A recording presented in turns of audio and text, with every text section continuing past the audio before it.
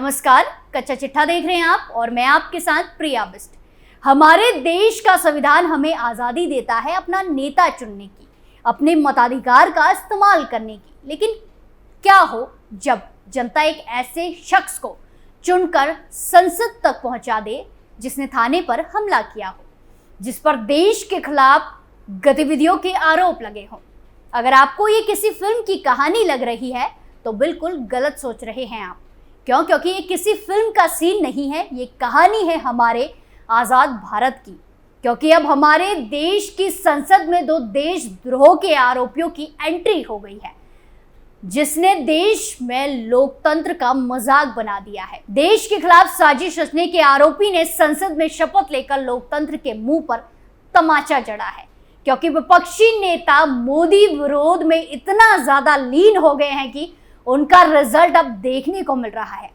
मोदी विरोध की वजह से विपक्षी पार्टियों ने एड़ी चोटी का जोर लगाया, किसी भी तरह से साम दाम दंड भेद लगाकर मोदी को हराया जाए। और इसी का फायदा उठाया उन लोगों ने जिन पर संगीन आरोप है और उनकी गतिविधियों से देश की सुरक्षा पर भी खतरा हो सकता है।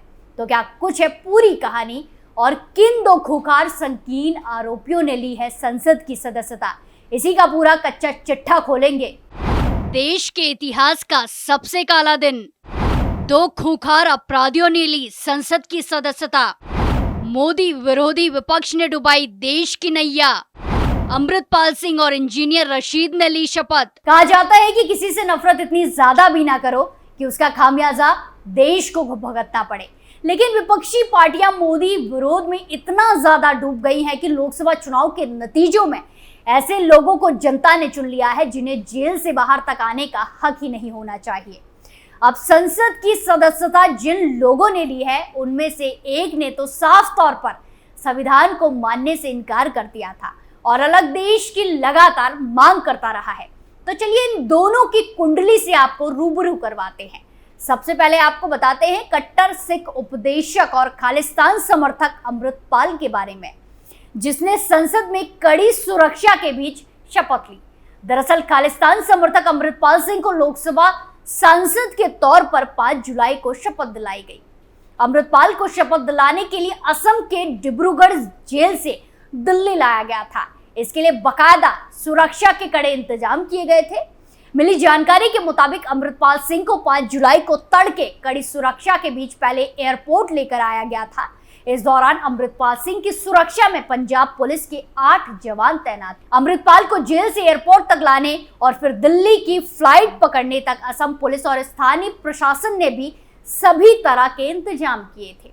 लोकसभा सांसद के तौर पर शपथ लेने के लिए कोर्ट ने अमृतपाल सिंह को 4 दिन की पैरोल दी है।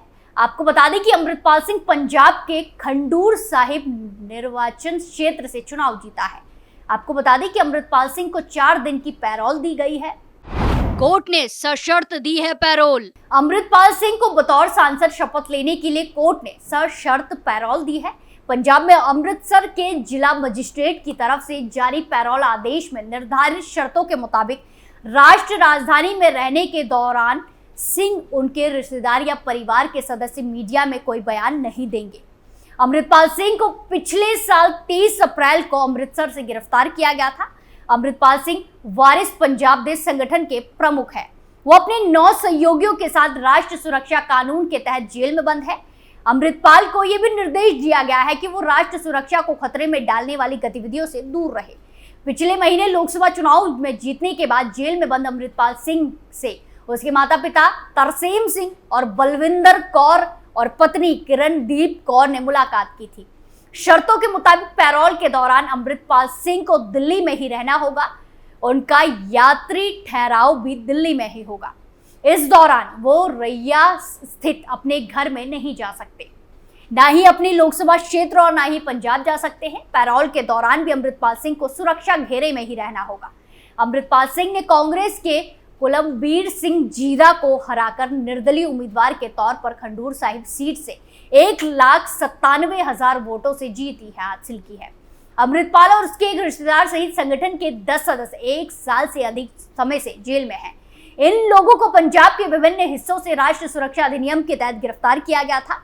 सूत्रों से मिली जानकारी के मुताबिक अमृतपाल सिंह को बतौर सांसद शपथ दिलाने के बाद किसी सेफ हाउस में रखा गया है। कोर्ट के आदेश के तहत सेफ हाउस में उसके परिजन उससे मुलाकात तो कर सकते हैं, लेकिन उसे लेकर किसी तरह का बयान मीडिया में नहीं देने की शर्त रखी गई है। अमृतपाल सिंह पर क्या है आरोप? सिंह के शुरुआती जीवन के बारे में बहुत सारे राज छुपे हैं। वो पंजाब के अमृतसर जिले में रहता था और 19 साल की उम्र में दुबई चला गया, जहां उसने अपने परिवार के ट्रांसपोर्ट व्यवसाय में काम किया। इसके बाद वो पिछले साल सितंबर में भारत लौट आया।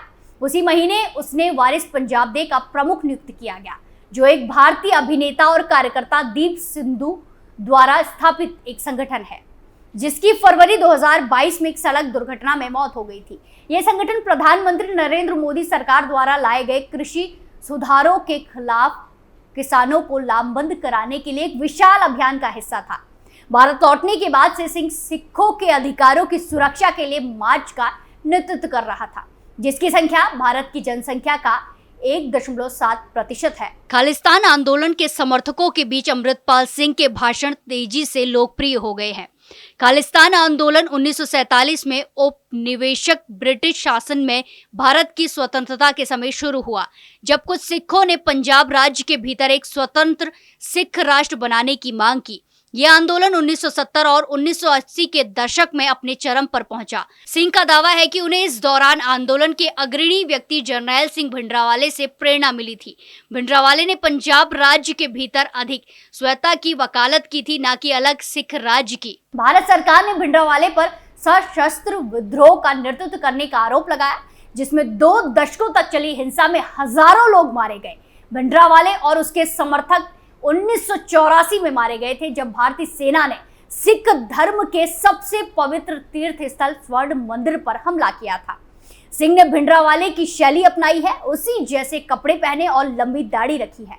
सितंबर में भिंडरावाले के गृह गांव में एक रैली को संबोधित करते हुए सिंह ने कहा कि उसके खून की हर बूंद समुदाय की आजादी के लिए समर्पित है। सिंह ने कहा, हम सभी अभी भी गुलाम हैं, हमें आजादी के लिए लड़ना होगा।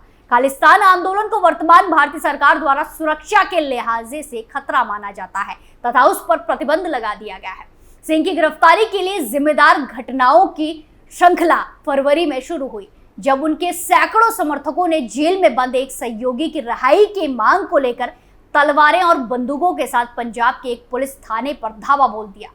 18 मार्च को पंजाब में पुलिस ने सड़कों पर नाकेबंदी कर दी और हजारों पुलिस कर्मियों को तैनात कर दिया गया, क्योंकि वो पुलिस थाने पर धावा बोलने में संलिप्त होने के कारण उसे गिरफ्तार करना चाहते थे। पुलिस ने सिंह के 154 समर्थकों को भी गिरफ्तार किया और उसके पास से 10 बंदूकें और गोला बारूद जब्त किए। सिंह को पंजाब के मोगा जिले के रोड गांव में सिखों के धार्मिक स्थल गुरुद्वारे से गिरफ्तार किया गया था। उसे राष्ट्रीय सुरक्षा अधिनियम के तहत गिरफ्तार किया गया, जिसके तहत राष्ट्रीय सुरक्षा के लिए खतरा माने जाने वाले लोगों को बिना किसी आरोप के 1 साल तक हिरासत में रखा जा सकता है। कौन है इंजीनियर रशीद, जिसने ली शपथ? जम्मू कश्मीर की बारामूला सीट से जीते इंजीनियर रशीद ने 5 जुलाई को लोकसभा के सदस्य के तौर पर शपथ ली है। वह अभी आतंकी फंडिंग मामले में तिहाड़ जेल में बंद है। जेल में रहकर ही उसने चुनाव लड़ा था। 2 जुलाई को दिल्ली की पटियाला हाउस कोर्ट ने राष्ट्रीय जांच एजेंसी NIA की सहमति के बाद रशीद को पैरोल दी। उसे अनुमति कुछ शर्तों के साथ दी गई है, जिसमें से मीडिया से बातचीत न करना भी शामिल है। रशीद ने शपथ लेने और अपने संसदीय कार्यों को करने के लिए अंतरिम जमानत या वैकल्पिक रूप से हिरासत में पैरोल की मांग करते हुए अदालत का रुख किया था। अदालत ने 22 जून को मामले को स्थगित कर दिया था और NIA से अपना जवाब दाखिल करने को कहा था। इंजीनियर रशीद के नाम से मशहूर शेख अब्दुल रशीद आतंकी फंडिंग मामले में 2019 में तिहाड़ जेल में बंद है। जेल में रहकर ही उसने उत्तरी कश्मीर की बारामूला सीट से चुनाव लड़ा था और इस सीट पर भारी मतों से जीत दर्ज की थी। इंजीनियर रशीद ने उमर अब्दुल्ला और सज्जाद लोन को हराया था। रशीद ने बारामूला सीट पर 4,72,481 वोट हासिल किए थे। उन्होंने नेशनल कॉन्फ्रेंस के उमर अब्दुल्ला को 2,04,142 वोटों के अंतर से हराया। उमर को 2,00,000 68,339 वोट मिले। वहीं पीपुल्स कॉन्फ्रेंस के सज्जाद लोन को 1,73,239 वोट मिले थे। बारामूला सीट पर सीधे तौर पर मुकाबला अब्दुल्ला और लोन के बीच माना जा रहा था, लेकिन जैसे ही रशीद मैदान में उतरे तो बारामूला में हवा बदल गई। रशीद आवामी इत्तेहाद पार्टी का अध्यक्ष है। वो 2 बार विधायक रह चुका है। अपना राजनीतिक करियर साल 2008 में शुरू किया। एक निर्माण इंजीनियर के रूप में अपनी नौकरी से इस्तीफा देने के बाद उसने सियासत शुरू की।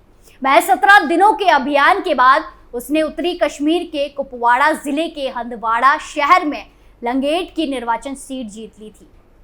पहली बार उसने लोकसभा चुनाव जीता है, लेकिन इस बार लोकसभा चुनाव में जिस तरह से विपक्षी पार्टियों ने मोदी विरोध का चेहरा दिखाया, उसका फायदा अमृतपाल सिंह और इंजीनियर रशीद जैसे लोगों को मिला है, जो अब सबके सामने है। लेकिन सवाल तो ये है उठता कि क्या देश में ऐसे गंभीर आरोप के आरोपियों को चुनाव लड़ने से रोकने के लिए कोई पाबंदी नहीं होनी चाहिए? क्या इसको लेकर कोई कानून नियम नहीं बनाना चाहिए? क्योंकि जो संगीन आरोप के आरोपी आज शपथ ले रहे हैं, वो कल ये भी मांग कर सकते हैं कि इन्हें संसद के अंदर बैठने की इजाजत मिलनी चाहिए, जिससे अपने मुद्दे संसद में रख सके। इस पूरी स्टोरी को लेकर आपकी क्या राय है? कच्चा चिट्ठा में फिलहाल के लिए इतना ही। बाकी तमाम खबरों के लिए देखते रहिए कैपिटल टीवी। नमस्कार।